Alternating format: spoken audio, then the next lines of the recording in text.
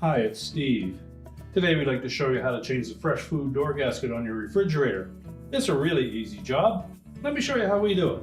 Now before we begin this repair, the first thing we should do is turn the refrigerator off. We're going to open up the Fresh Food door. We'll slide the control into the off position, and then we'll just close that up and we'll begin our repair. Now you could just open the refrigerator door up and change that gasket with the door in place, but it's actually easier to just remove the doors so that you can then set that on a suitable work surface, and it makes changing that gasket a lot easier. Now to do that, we'll begin by taking off the hinge cover on the top hinge, remove the 3 bolts that secure that hinge to the cabinet. We'll lift the freezer door off, and then we'll remove the center hinge, and then we can lift the bottom door off and do that repair. So we'll begin by lifting up on the front edge of that hinge cap, and then just push it straight back. Unhook it, we'll set that aside. Now there are 3 5/16 bolts that secure that hinge to the cabinet. So using either a nut driver or a socket and ratchet, remove those bolts.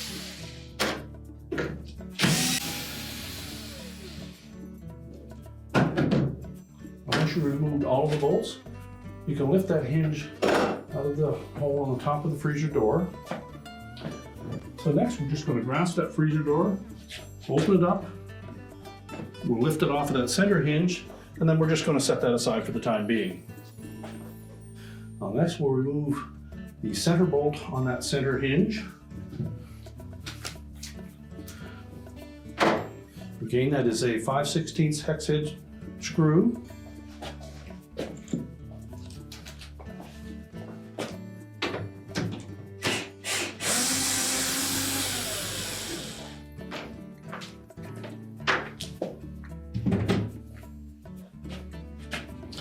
Now with the screw removed, we can just pull that door open slightly, allow that hinge to go a little bit to the left till it clears the second bolt.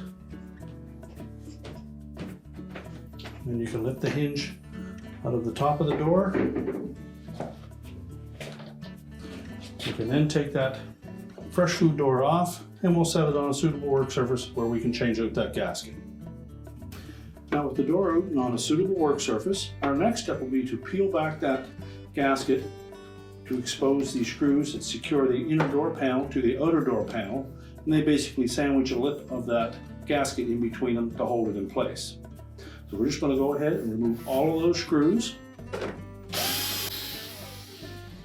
and then we'll set those all aside to be reused when we reassemble the door. So just continue to go all the way around the perimeter of the door and remove all of those screws.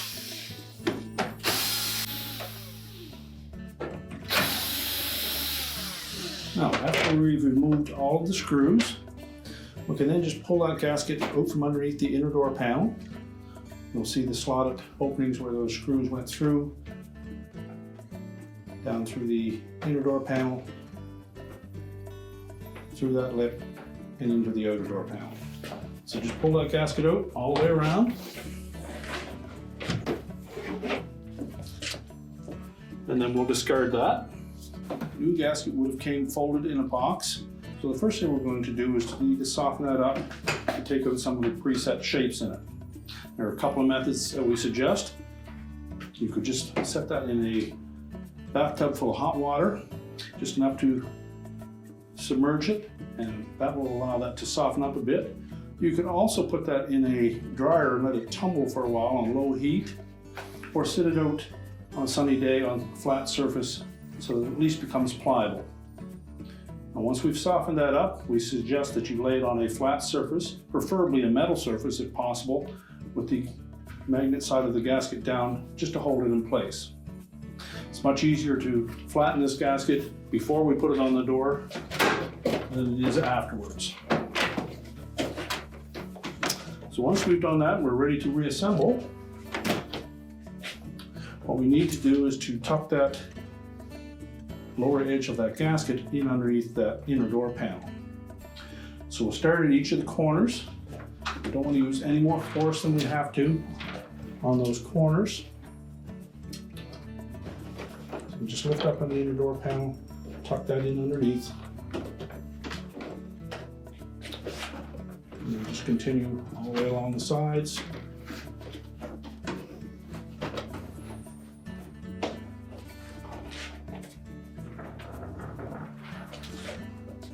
And when you get to the opposite corner, again, we'll just put enough force on it to pull it over that corner and then lay it flat again. So we'll continue to do that first until we have the gasket tucked in underneath that liner, and then we'll begin to reattach it to the outer door panel. Once we have that gasket tucked into place, we'll next pick one of the long sides here. We're just going to verify that we have the screw hole lined up, that the gasket is tucked in underneath properly, and the slotted opening in that gasket lines up with that screw hole. We'll carefully insert a screw. We're not going to tighten this. We'll leave enough movement so that the panel can slide. And then we'll go to the corners and we'll put the screw in closest to each corner. And then we'll just methodically work our way along the side, making sure that we have that gasket firmly into place, and loosely put all of the screws in until we have it completely lined up, and then we'll start tightening it.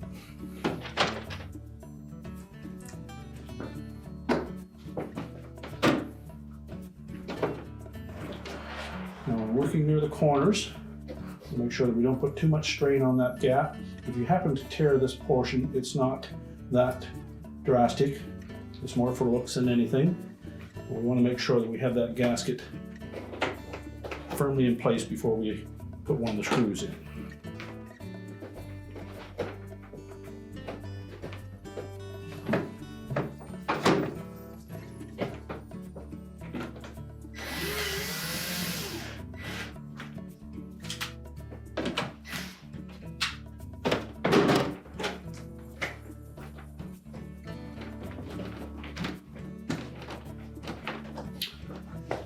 Now, if the gasket is tucked in properly underneath that liner, you shouldn't see any of these little bumps like that. That's an indication that we don't have that tucked in place. So we need to roll it back and ensure that we tuck that in.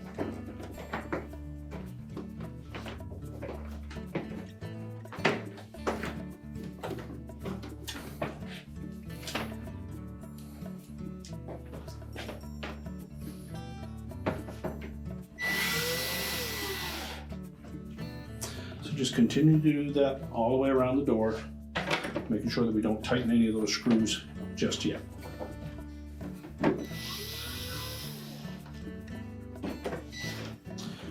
Now that we have all the screws in, we'll then just go around and make sure that we have that nice straight flush line of that gasket to the outer door panel, and then just tighten those screws enough.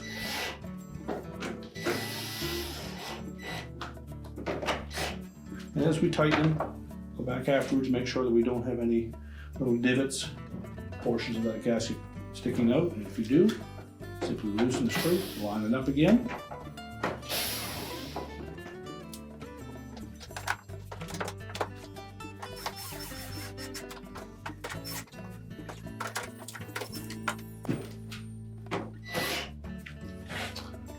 And then continue all the way around the door until we have those all tightened up. Now, once we've tightened up all the screws, we can then put the door back on the refrigerator. So now we're ready to set that door back on the refrigerator. We'll begin by lining up that bottom hinge.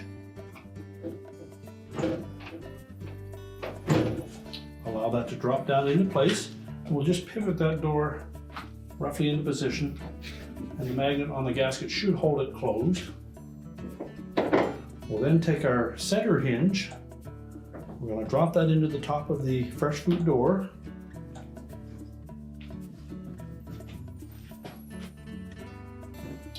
And we'll just pivot that hinge until it's flush with the cabinet. You may need to open the door slightly to do so. And then we're going to slide that hinge to the right so that it captures that shoulder bolt right on the edge of the cabinet. And then we'll install the center bolt to that hinge. So then we'll just set that freezer door on top of the Fresh Food door. Line up the hinge opening in the bottom of the door with the center hinge. pivot the door into place, and then we'll put the top hinge in place.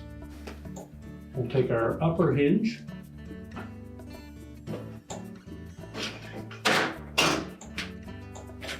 and the hinge bolts.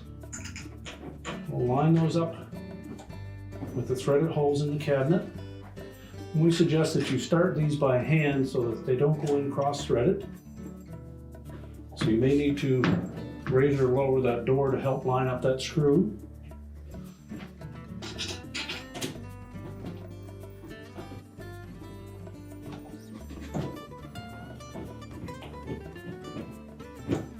And once we've ensured that they're not in cross-threaded, we can go ahead and just snug those up a little bit. We won't tighten them yet. So what we need to do next is make sure that we have a nice even gap between the fresh food door and the freezer door. And those hinge bolts need to be loose enough to do that. As that hinge will move back and forth until we get that proper gap. Once we have it straight, we'll go ahead and tighten those screws.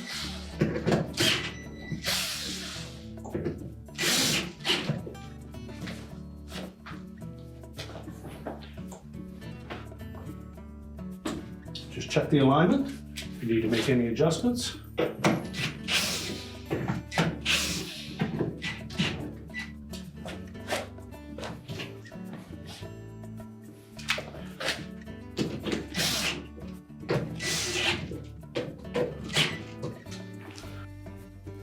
Once we have those bolts tightened securely and the door is nice and straight, we'll replace that hinge cover.